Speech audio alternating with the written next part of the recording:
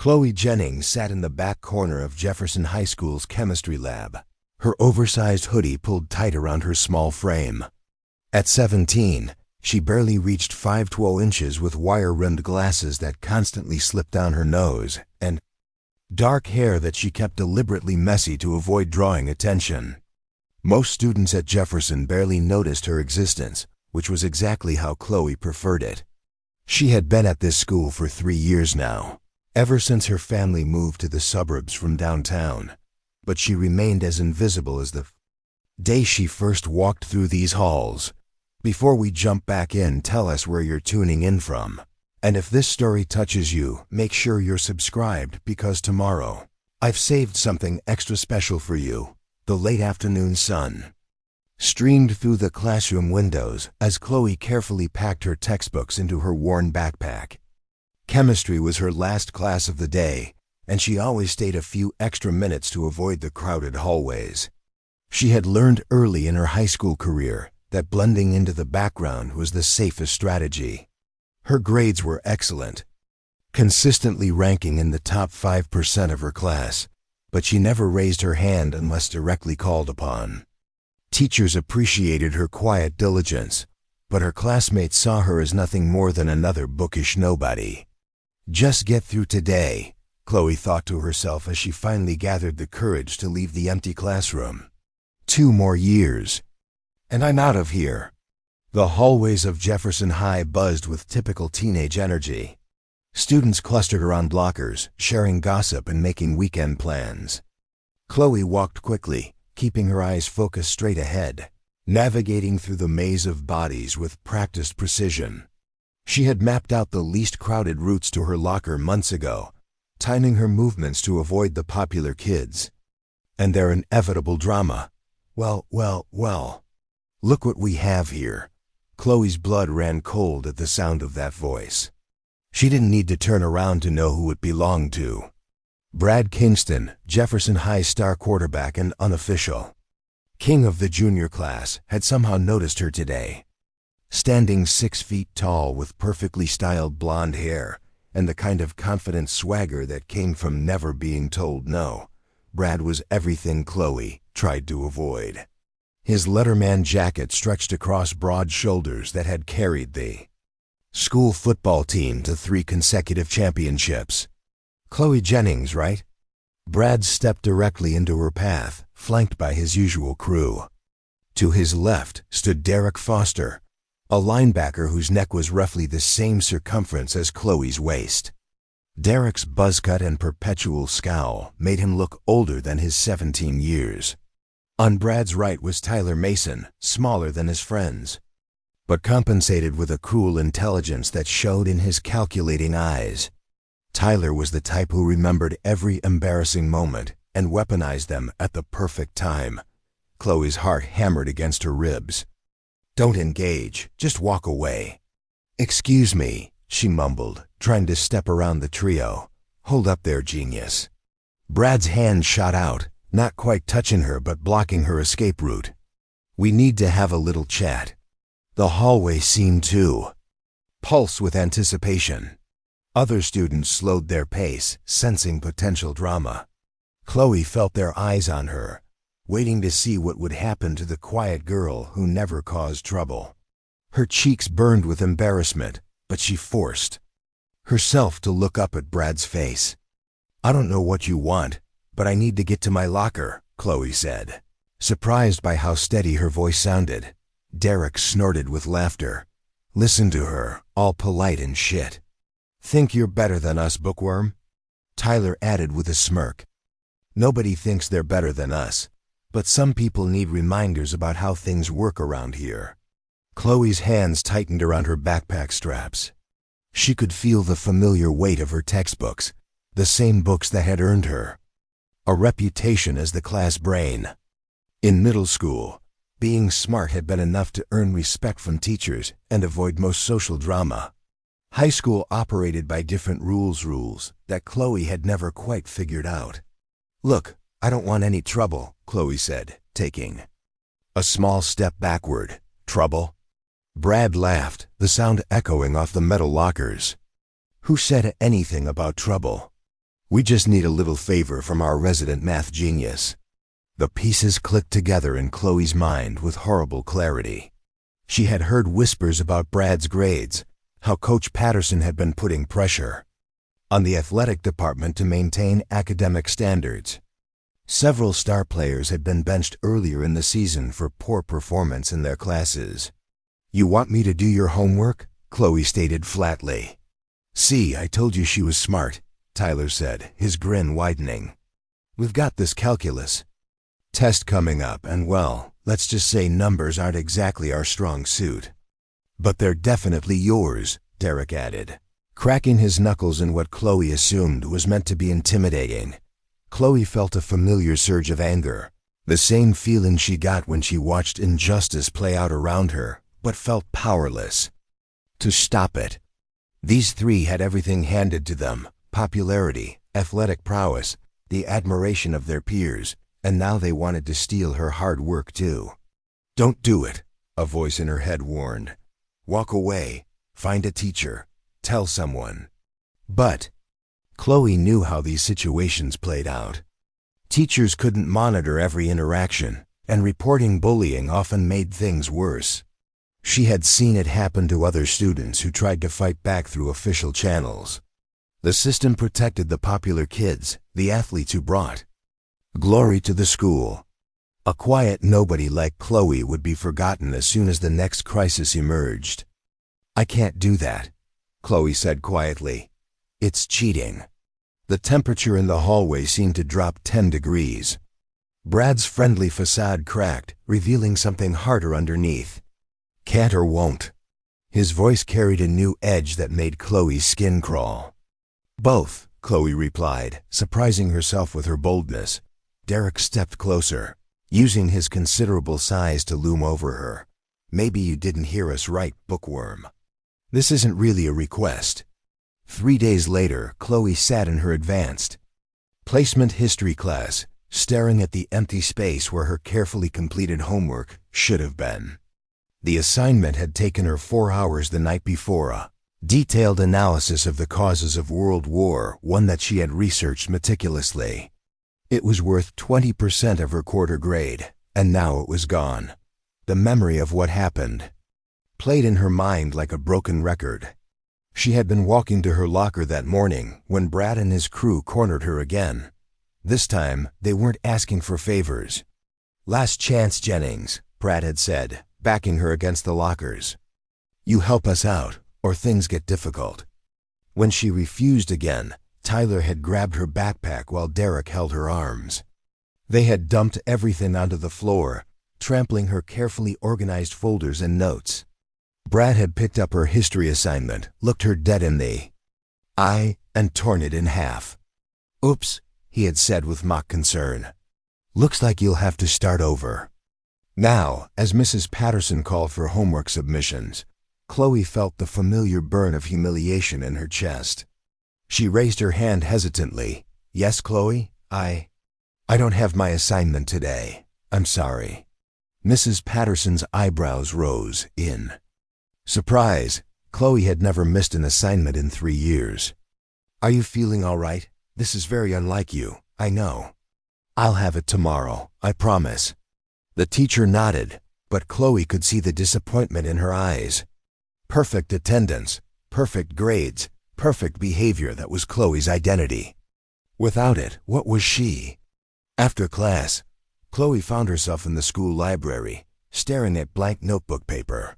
She had 6 hours until her mother got home from her double shift at the hospital. 6 hours to recreate 4 hours of work while fighting the growing knot of rage in her stomach. "Mind if I sit?"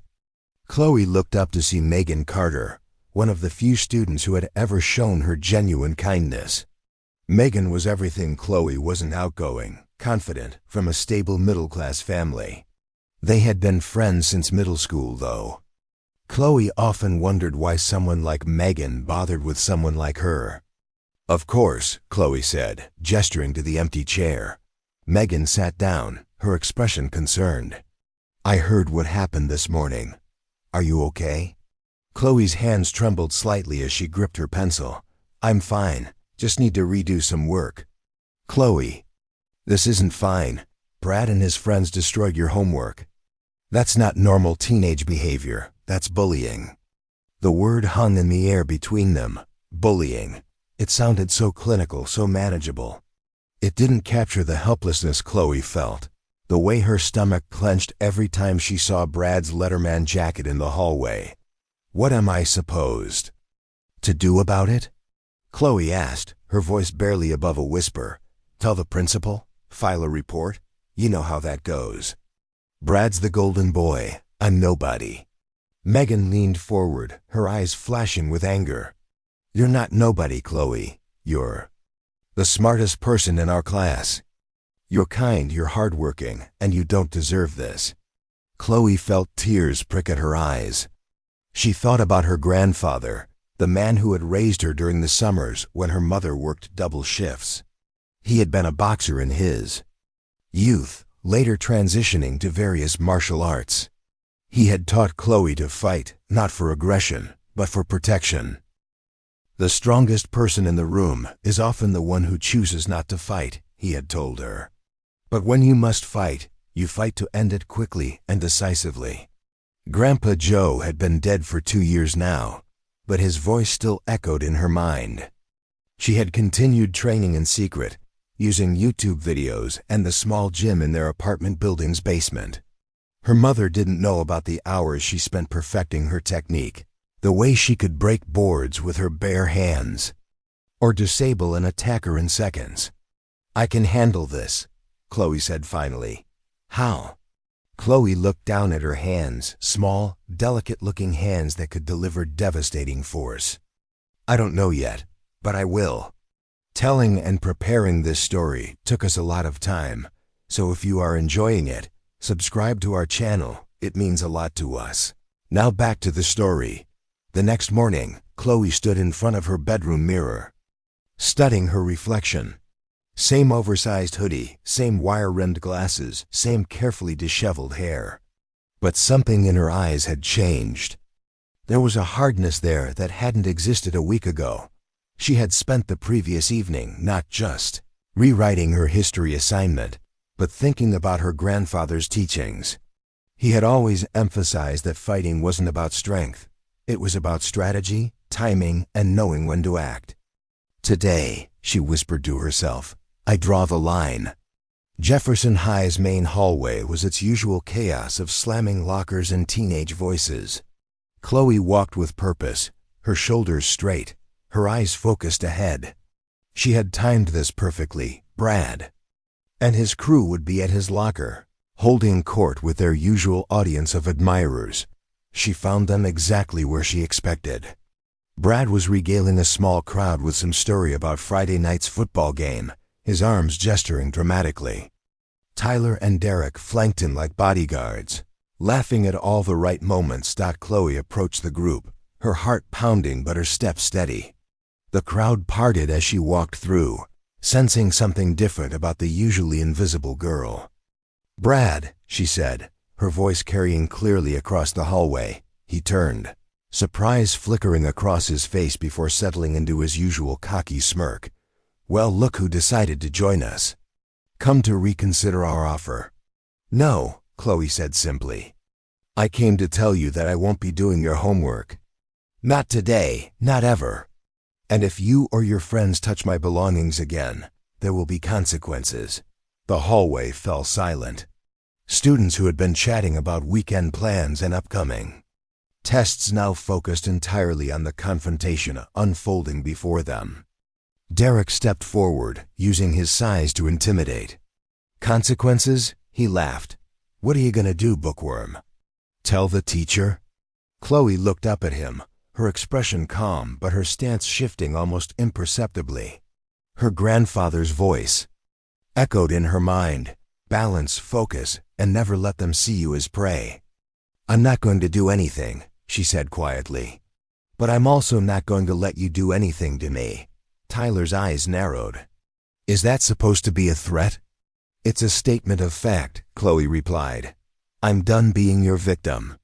Brad's face flushed red. In front of his audience, Being challenged by the school's most invisible student was social suicide. You think you're tough now? One little speech and suddenly you're brave? I was always brave, Chloe said. I just chose to be quiet. There's a difference. She turned to walk away, but Brad's voice stopped her. This isn't over, Jennings. You just made a big mistake. Chloe looked back over her shoulder. No, Brad. You made the mistake when you thought I was defenseless. As she walked away, Chloe could hear the whispers starting.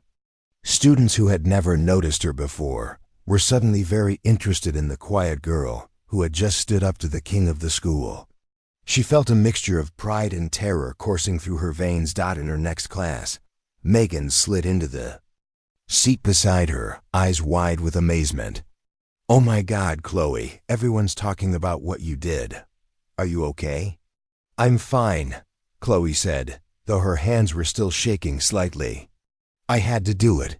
What happens now? Chloe thought about her grandfather's stories of his fighting days, about the respect that came not from avoiding conflict, but from handling it with dignity and strength. Now we see what they're really made of, she said. The retaliation came faster than Chloe had expected. By lunch, someone had spread a rumor that she had cheated on her SATs. By the end of the day, her locker had been vandalized with the word snitch scrawled in permanent marker. But the real attack came the following morning. Chloe arrived at school to find her first period classroom in chaos. Someone had broken into her desk overnight and destroyed all her notebooks, scattering the pages across the floor. Her carefully organized study materials for upcoming exams were ruined, covered in what looked like chocolate milk and torn beyond repair. Mrs. Patterson looked genuinely distressed as she helped Chloe gather the soggy remains of her chemistry notes. I'm so sorry, dear. I have no idea who would do such a thing. We'll review the security footage, but they both knew the footage would show nothing useful. Brad and his friends were too smart to be caught on camera. This was psychological warfare, designed to break her spirit without leaving fingerprints. It's okay, Chloe said, her voice steady despite the rage building in her chest. I can recreate the notes. But it wasn't okay. As the day progressed, the attacks became more subtle but more constant. Someone had put gum in her hair during second period. Her lunch had been accidentally knocked to the floor. Students she had never spoken to before were giving her strange looks in the hallway. By the time she reached her locker after school, Chloe felt emotionally drained. She opened the metal door to find another surprise. All her textbooks had been removed and replaced with trash from the cafeteria. The smell hit her immediately, a mixture of spoiled food and something far worse. Problem, Jennings? She turned to find Tyler standing behind her, his expression innocent, but his eyes gleaming with malicious satisfaction. Just cleaning up, Chloe said calmly, though her hands were clenched into fists. That's good. Important to keep things tidy. Tyler stepped closer, lowering his voice. You know, there's an easy way to make all this stop. Just say the word, and we can be friends again. We were never friends, Chloe replied, pulling the trash from her locker piece by piece. And I don't negotiate with bullies. Tyler's mask slipped for just a moment, revealing genuine anger underneath. You think you're so much better than us, don't you? Little Miss Perfect with her perfect grades and her perfect attitude. But you're not perfect, are you? You're just another loser who got lucky. Chloe turned to face him fully, her grandfather's training kicking in. She assessed his stance, his positioning, the way he held his shoulders. Tyler was angry, which made him sloppy. If she needed to defend herself, she could disable him in seconds. I never said I was perfect, she said quietly. But I know what I am, and I know what you are. What am I? Tyler challenged. Afraid, Chloe said simply. You're afraid that if you don't have someone to push around, people will realize you're nothing special. Tyler's face flushed red, and for a moment, Chloe thought he might actually swing at her. Part of her almost hoped he would. It would give her an excuse to show him exactly what she was capable of. Instead, he stepped back, his expression turning calculating. "You're going to regret this, Jennings. We're just getting started." As he walked away, Chloe continued cleaning out her locker. Her textbooks were nowhere to be found, which meant she'd have to explain to her teachers why she couldn't complete tonight's homework. Her grades, her one source of pride and stability, were under attack. That evening, Chloe sat at her kitchen table, trying to study from photocopied pages Megan had given her. Her mother was working another double shift, leaving Chloe alone with her thoughts and her growing anger. She pulled out her phone and scrolled through social media, something she rarely did. Her heart sank as she saw the posts about her. Someone had created a fake account in her name, posting embarrassing photos and crude comments. The isolation she had worked so hard to maintain was being weaponized against her. But as she read the comments, something unexpected happened. Mixed in with the mockery and cruel jokes were messages of support. Students she had never spoken to were defending her, calling out the bullying behavior. A senior named Marcus had written, "Leave her alone. She's never done anything to anyone." Chloe felt tears prick her eyes, but they weren't tears of sadness. They were tears of realization. She wasn't as alone as she had thought. There were people who saw what was happening, who recognized injustice when they saw it. She closed her laptop and walked to her bedroom, where she kept a small journal hidden beneath her mattress. Inside were her grandfather's teachings, written in her own hand during their training sessions. She flipped to a page near the back. "Remember, little warrior, strength isn't about how hard you can hit. It's about how much you can endure and still keep fighting. But there comes a time when endurance becomes complicity. When that time comes, you must choose." Chloe stared at the words for a long moment. Then she closed the journal and began to change into her workout clothes. It was time to train. The cafeteria at Jefferson High was a carefully orchestrated social ecosystem. The popular kids held court at the center tables, while various cliques arranged themselves in concentric circles of decreasing social status. Chloe usually sat at a small table near the windows with Megan, eating her packed lunch in relative peace. Today felt different. As she entered the cafeteria, Chloe noticed the way conversations stopped when she passed. Some students looked at her with curiosity, others with something approaching respect. The events of the past week had transformed her from invisible to infamous. She found Megan already seated at their usual table, her expression tense. "How are you holding up?" Megan asked as Chloe sat down.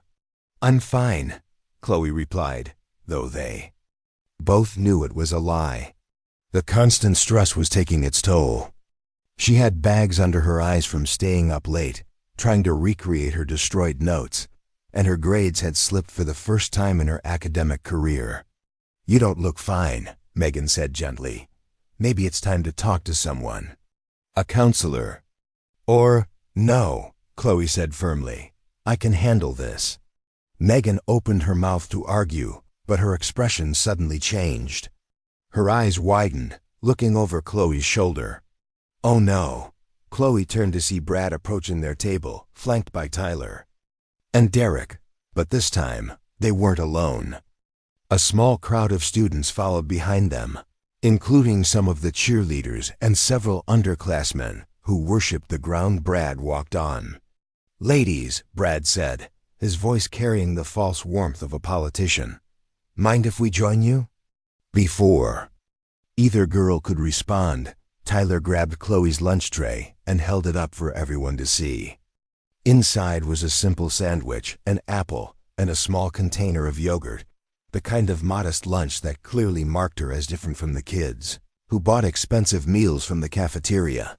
"Look at this," Tyler announced loudly. "Poor little bookworm can't even afford real food." The crowd laughed, and Chloe felt her cheeks burn with embarrassment. She started to reach for her tray, but Derek intercepted her arm. "Where are you going?" he asked with mock concern. "We're just getting started."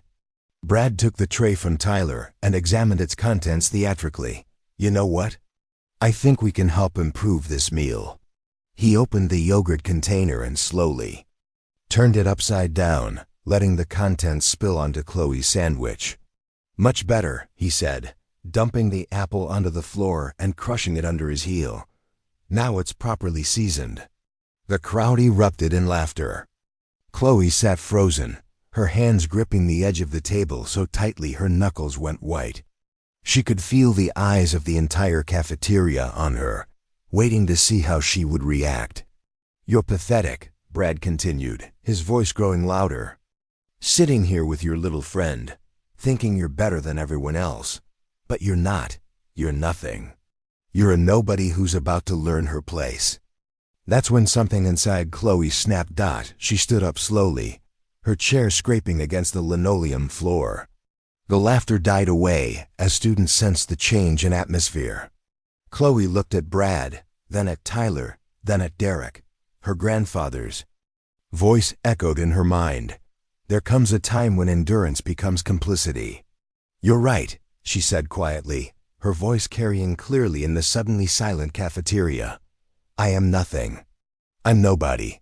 I'm just a girl who wanted to be left alone. She took a step forward, and Brad instinctively stepped back. But you know what? Chloe continued, her voice growing stronger. Being nobody means I have nothing to lose. Being nothing means I don't have to worry about my reputation or my social standing or what people think of me. Another step forward. The crowd was completely silent now, sensing that something fundamental was shifting. And that, Chloe said, her eyes locked on Brad's, makes me very dangerous. She didn't touch him. She didn't need to. The controlled fury in her voice, the way she carried herself, the complete absence of fear in her eyes, it all combined to create an aura of barely contained violence that made everyone in the vicinity take an involuntary step back.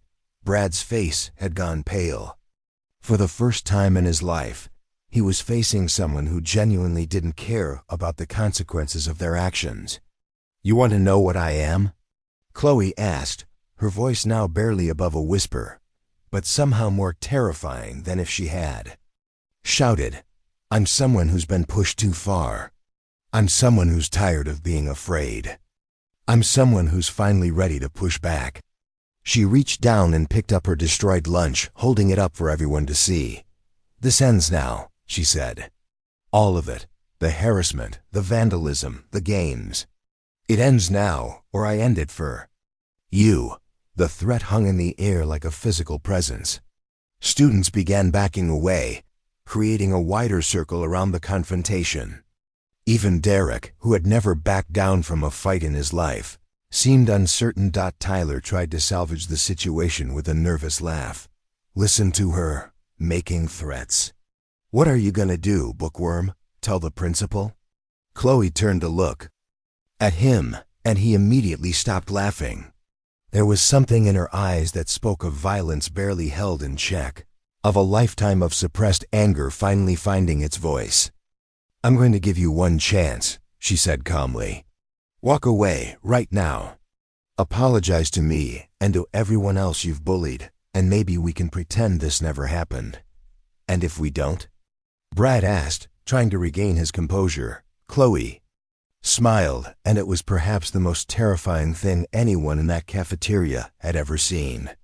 It was the smile of someone who had finally stopped caring about the rules. Then you're going to find out what happens when you push someone who has nothing left to lose. The silence stretched on for what felt like forever. Then, slowly, Brad began to back away. His crew followed, their earlier confidence completely evaporated. This isn't over, Tyler called out as they retreated. Yes, Chloe said quietly, it is. As the crowd dispersed, Chloe sat back down at her table. Her hands were shaking, but her voice was steady when she spoke to Megan. I think I need to go home early today. Megan nodded, her eyes wide with amazement and concern. Are you okay? Chloe looked at her friend, then at the remains of her lunch. then at the students who were still stealing glances at her from across the cafeteria. "I will be," she said. "For the first time in my life, I think I really will be." The confrontation came 2 days later in the East hallway, where the security cameras had blind spots and teachers rarely ventured. Chloe was walking to her locker when she heard footsteps behind her, too deliberate, too coordinated to be casual. Jennings. She turned to find Brad, Tyler, and Derek approaching, their faces set with grim determination. But something had changed. Brad's usual cocky swagger was replaced with something harder, more desperate. The cafeteria incident had damaged his reputation, and he needed to restore it.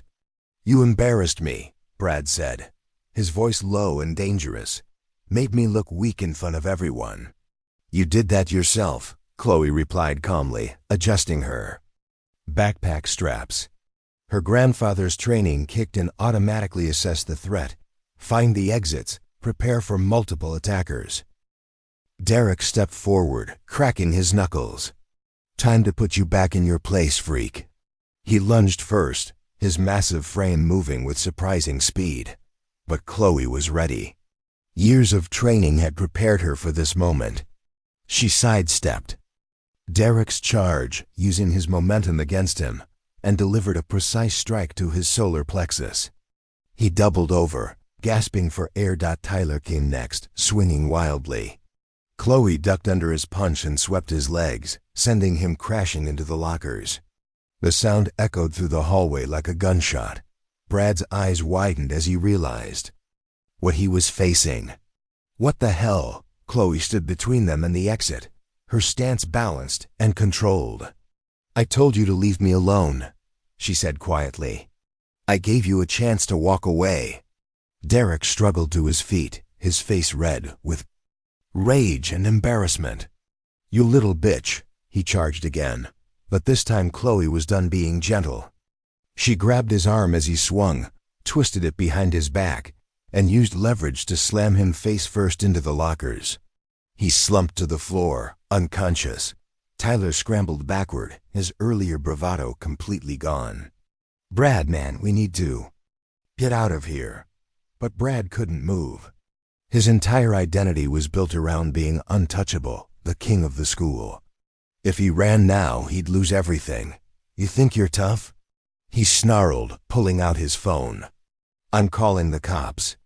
"Assault, battery." "Go ahead," Chloe said, her voice steady.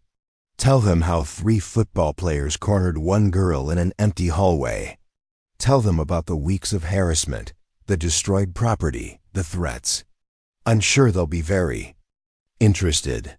Students had begun gathering at both ends of the hallway, drawn by the commotion. Chloe could hear their whispers, their phones recording everything. The invisible girl had become impossible to ignore. Brad looked around desperately, realizing his kingdom was crumbling. "This isn't over." "Yes, it is," Chloe interrupted. "It's completely over. You're going to leave me alone. You're going to leave everyone alone. Because now they know what I know." "What's that?" "That you're not as strong as you pretend to be."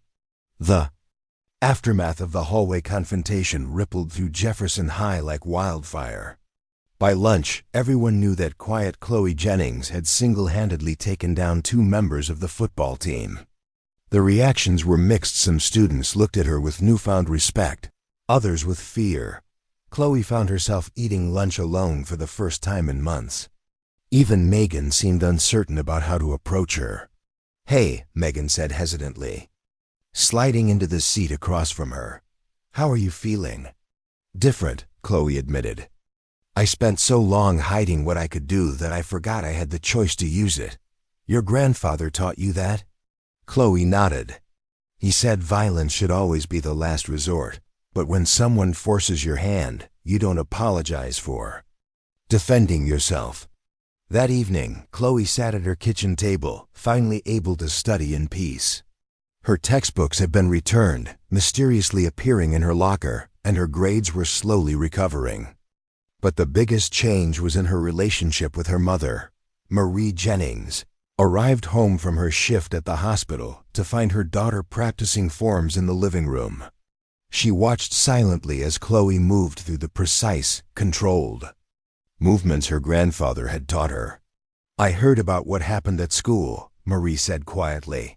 Chloe stopped mid-movement, her heart racing. "Mom, I can explain." "I should have seen it sooner," Marie interrupted. "The torn homework, the mood changes, the way you flinched when I mentioned school. I failed you. You didn't fail me.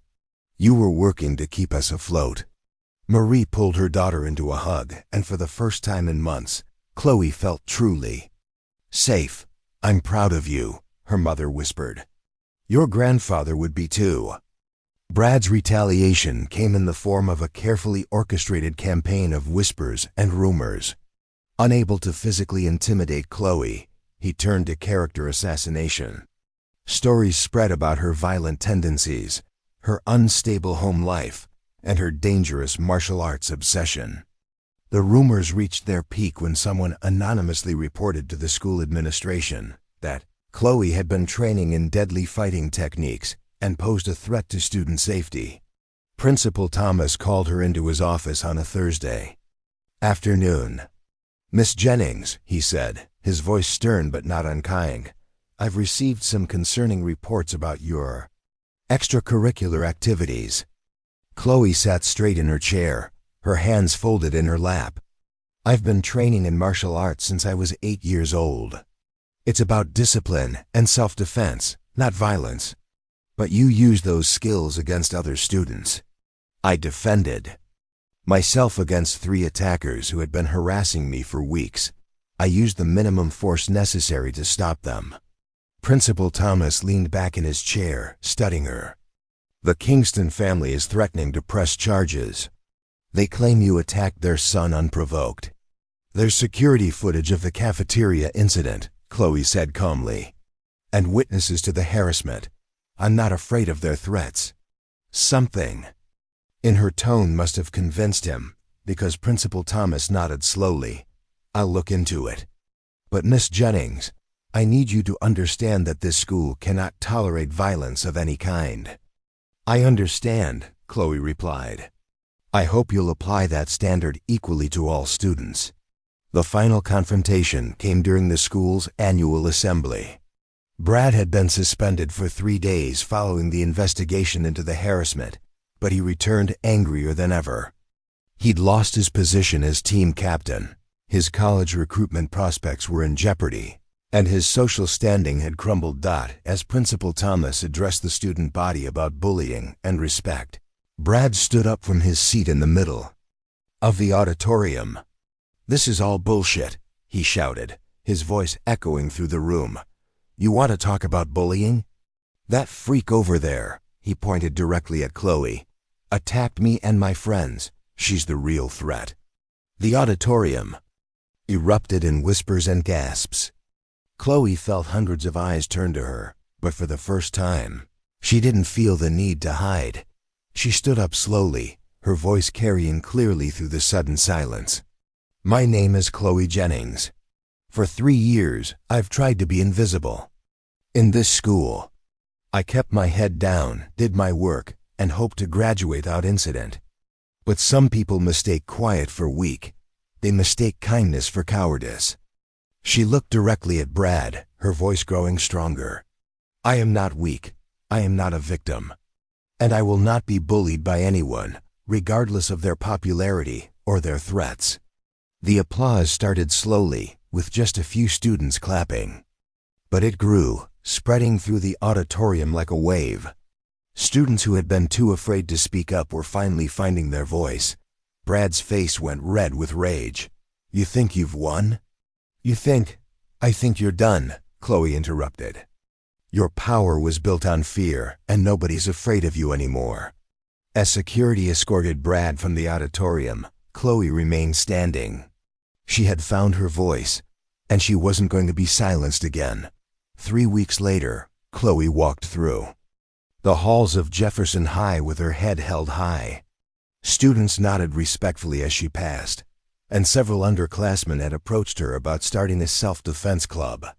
The invisible girl, Megan said with a smile as they met at Chloe's locker. Not so invisible anymore. I was never invisible, Chloe replied. I was just waiting for the right moment to be seen. Brad had been expelled following additional investigations into his behavior. Tyler and Derek kept their distance, their brief taste of real consequences having cured them of their bullying habits, but the most important change was in Chloe herself. She no longer hunched her shoulders or kept her eyes down. She participated in class discussions, joined the debate team, and even started tutoring younger students. Her mother picked her up from school that afternoon, as she had every day since the assembly. As they drove home, Marie glanced at her daughter. In the rearview mirror. Your grandfather would be proud, she said. You found the balance he always talked about. Chloe smiled, thinking of the old man who had taught her that strength without compassion was cruelty, but compassion without strength was weakness.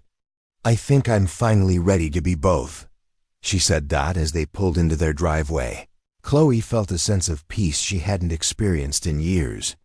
She had learned that being quiet wasn't the same as being weak, that sometimes the greatest strength lay in knowing when to fight and when to show mercy. The quiet girl had found her voice, and she was never going to be silent again. Up next, we have 2 more incredible stories that are waiting for you. Just click the image you want to watch and it will take you there. If you enjoyed this video, make sure to subscribe. It would mean a lot.